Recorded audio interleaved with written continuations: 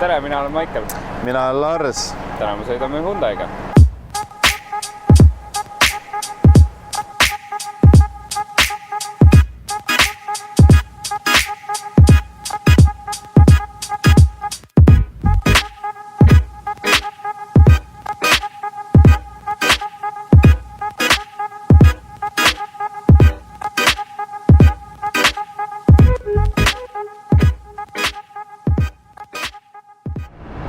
Nii, meil on täna siis siuke auto nagu Hyundai i30 Fastback N.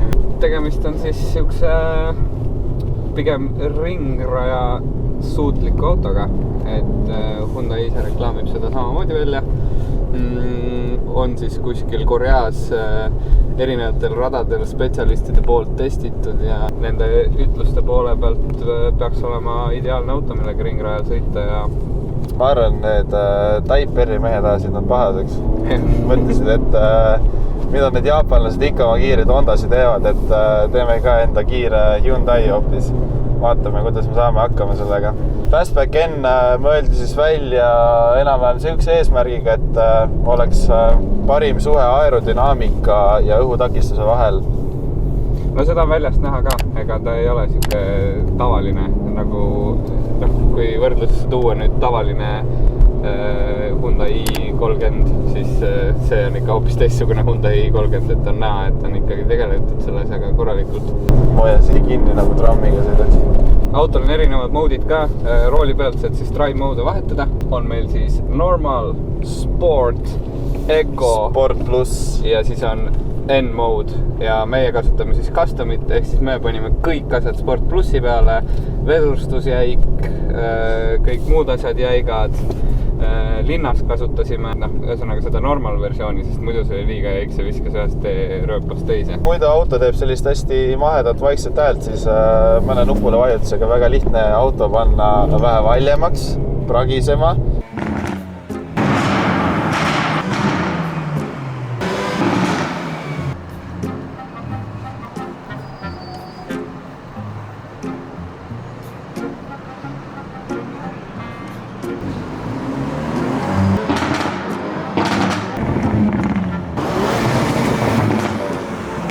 Mis on väga huvitav lahendus autotootja poole. Just eriti nagu uute autode võrdluses, siis neid on väga vähe autosid, kes niimoodi lubavad enda autot pragisema panna tühja koha pealt. Linnas on tore sõita, aga vaatame siis, kuidas nad seal Koreas sellega hakkama said, et kas on sellega reaalselt meie mõnusat Rapla ringrada hea sõita või mitte. Paneme selle auto raja peal proovile. Ma arvan, et juba praegu, kui me siin niimoodi vaikselt ringi paarutame, siis mulle tundub vähemalt, et siin me saame küll väga hea ringi aja. Peab mainima kindlasti, all on väga head rehvid. Pirelli rehvid on all, mis on väga hea pidamisega. Nad on muidugi tänavakad, aga tunda on, et on pidamist. Ehk siis, ma ei tea, mis te arvate vaatajad, kas me peaks Stingeri tagasi tooma ja andma talle ühe võimaluse veel suvarehviga.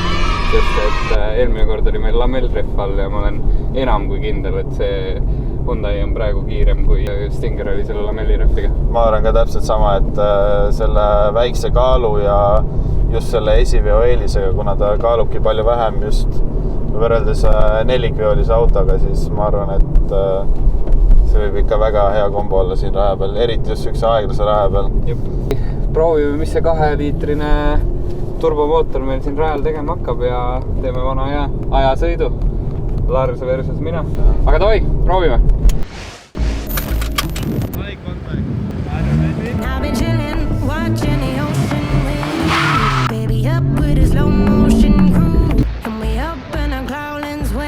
Rehvi pidamine on ikka väga hea.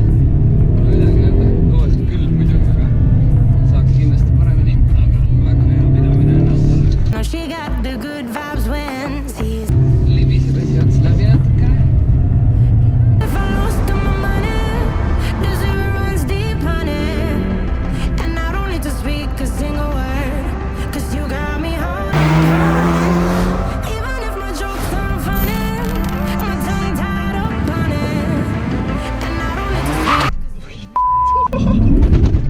Mis algus see veel oli? Kuhu sa lähed?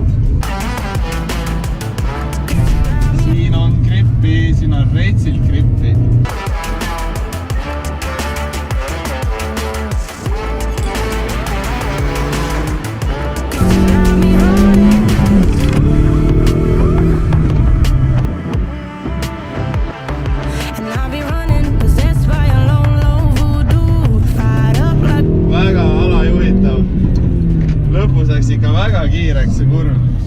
Nii küll ei saa sõita. Nii ei saa sõita. Peab vähe rahulikumalt võtma, see läks lõpuks nii jalajuhitavaks see auto.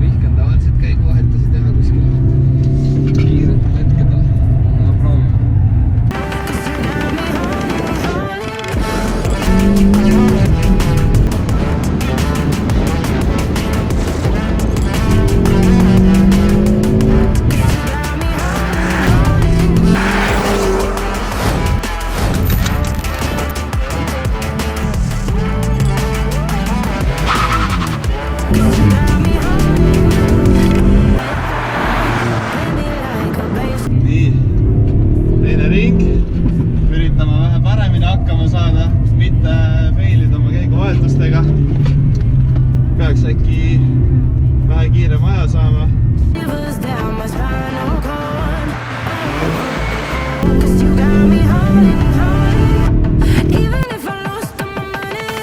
Nii, ma arvan, et ma nüüd jätan ikkagi ilusti teise käigu peale selle lõpusirge. Ei ole mõtet siin proovida enam.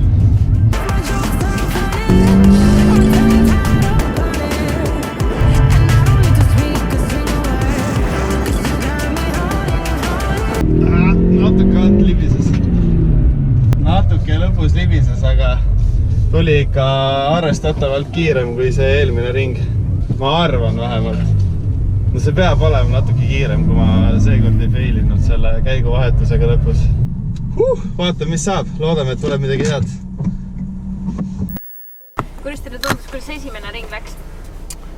Minu esimene ring läks metsa, ma tunnen, et see läks metsa, sest et ma panin käigu mööda viimasel sirgel enne, kui ma jõudsin viimasesse kurvi. Sinna ma kadus üks hea aeg ära, ma ehmatasin ka selle peale, siis ma tegelesin kõige muuga peale sõitmise. Nii et ma arvan, et teine ringi aeg on üldse see, et ma sain üldse endal mingi aja kirja, reaalselt normaalse aja. Ma ei tea, minu esimene ring oli lihtsalt uisutamine. Prooviringide ajal vaatasin, et hea pidamine, kõik asjad, vaatasin enam-vähem spidokat, mis kiirusega sõita, et auto läbi vajuks. Ja siis, kui Lars stardi andis, oli kõik peast läinud ja ma lihtsalt kütsin täie gaasiga. Ja siis tegelikult rehv oli selleks ajaks juba suht jahe ka, sest et ma tegime pika pausi enne, kui me sõitma hakkasime uuesti. Et peale proovimist juba oli grippi palju rohkem tegelikult, kui me siin tükk aega sõitnud. Aga ma arvan, jah, esimene oli pigem see halvem ring, et paneks panused teise ringi aja peale. No jah, siis paneme mõlemad teise ringi aja peale, jah. Teie esimene aeg tuleb ekraanina. Ma isegi ei mäleta, mis aeg oli. Siin tulevad teie teise ringi ajad. 1.24. Kuidas teine sai 1 olla? What? Mida? Ühesõnaga, tuli ära. Me tegime Stingerist hulga kiirema aja. Ma ei mäleta muidugi, mis aeg oli, aga minu arust see oli üle minuti. Mingi 2 äkki või? No ma ei tea, mul on kala, mul on räige aug ja... Mul ei olegi mälu, aga see oli üle 1 minuti. Ehk siis Stingeri, ma arvan, me peame tagasi tooma. Mis te arvate, vaata, et selle võiks ikka suvereffiga tagasi tuua? Kõlab hästi. Ja kommentaariumites võite kindlasti märku anda, mida te arvate sellest Hyundaist, mida te arvate, et võiks veel tulla, millised autod, mida nendega teha võiks. Kindlasti kiirete autodega jääb nagu see samaks, ma arvan, et Raplas nüüd testime nii-öelda ja võtame ringiaegu, aga ülejäänud challenge'id ja siuksed asjad on kõik nagu vastuvõetavad ja äge oleks ju, kui te ka annaks meile ideid. Ja endiselt nagu ikka, like, share, subscribe. Sest et me ei ole ikka veel 500 suubi täis saanud, sellega me võiks väga rahulikult purnakat teha praegu, aga te ei saanud jälle hakkama. Ma tegin kurva näo siin. Aga seniks näeme tund aega vähem kui nädala pärast. Davai! Ja taega!